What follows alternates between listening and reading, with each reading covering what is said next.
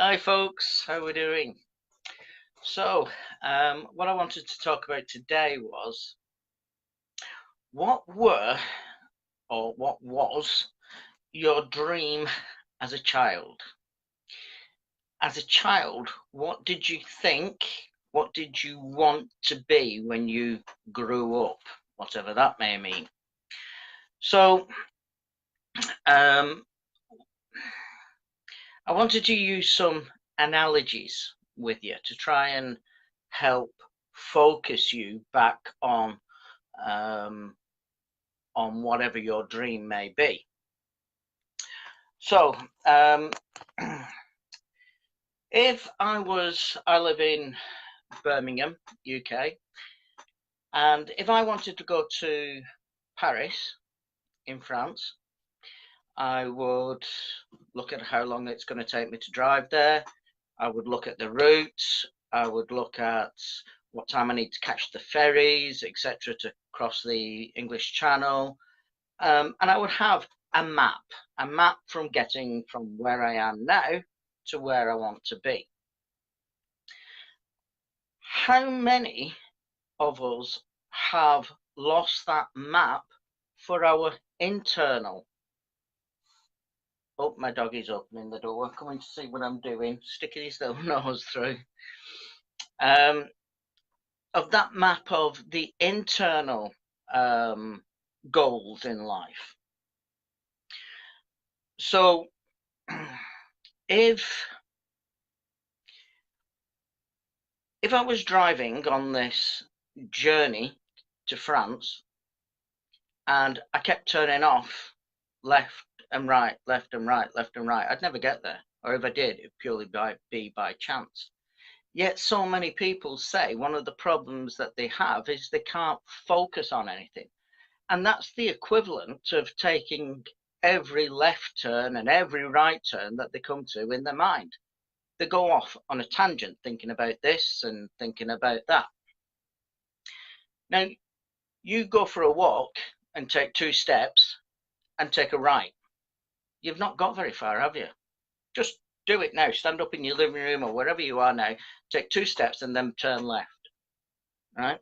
So if you're doing that in your mind, you've got stuff going on and you can't focus. It's because you've no map. You've no destination. You don't know how to get to your destination.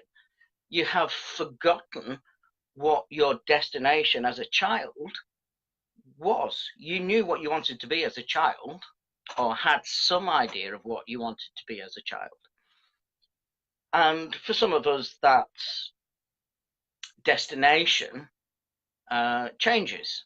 So I think I wanted to be a doctor as a child, but I can't really remember. But as I got a little bit older, I knew that I wanted to be a teacher, and I was lucky enough to do that. But I went astray on the way. It wasn't a direct route from school to teaching. But let's say on this journey, in the car, let's say the car breaks down. Now you will do one of 3 things. You'll either be able to fix the problem yourself, you'll phone a friend if you're still local to where you are, or you'll phone some roadside recovery garage or the AA or something like that. Now, the same is true for our mental health. If we kept taking every left turn, every right turn that we came to on our journey somewhere, it's no wonder we get depressed, because we're never getting anywhere, are we? We're not moving forward to where we want to be in life because we're getting distracted. So if that is happening, you'll either be able to fix the problem mentally yourself, you'll know what to do about it, or you'll ask those near you for help. I'm feeling depressed, I don't know, can you help me? Or you'll go see a doctor and they'll give you pills. All right.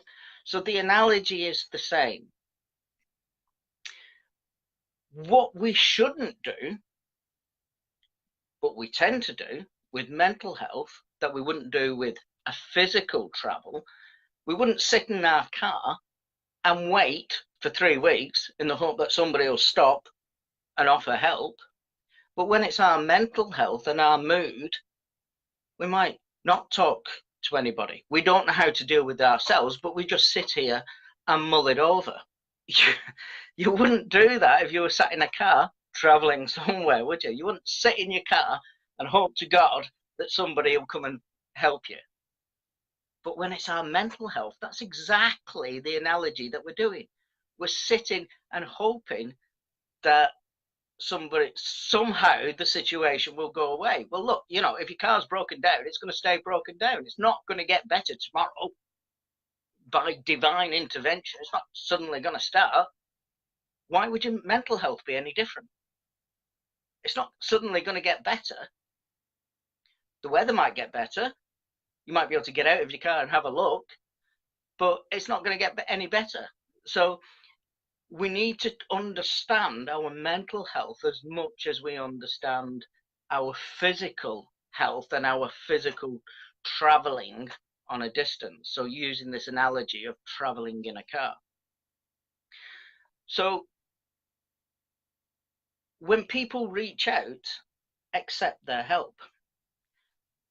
When we're going on this physical journey, if you're old school like me, I will have a physical book, a map telling me the directions that I need to go. The same equivalent is personal development. I will have a book that tells me how to deal with depression. I'm not ashamed of it. I've had depression. I'm not ashamed of it. Some of the worst moments in my life have turned out to make me a stronger person now. But we need that help. I wouldn't expect anybody to be able to drive from here to Paris, having not been there before, without using a map of some description, whether that's an old school paper map or a sat nav computer on your computer in your car. We have these technologies for our mental health as well, and we should use them. What else did I want to say? Oh yeah, so if this vehicle that you're traveling keeps taking a left and a right and a left and a right and then breaks down, do you blame the vehicle? Do you blame the car? Or do you blame the person who's driving the car? So if you're doing the lefts and the rights, you might want to blame the car, but that'd be silly. It's not the car that's taking you there. It's not the vehicle, right? It's you. It's the person who's driving it. You might blame the navigator, your wife, who's telling you which left and right to take, but ultimately it's you that is driving the car. The same with our mental health. We will use excuses, school, work, family, this, that, the other, for the excuse of taking us off our track of where we want to go.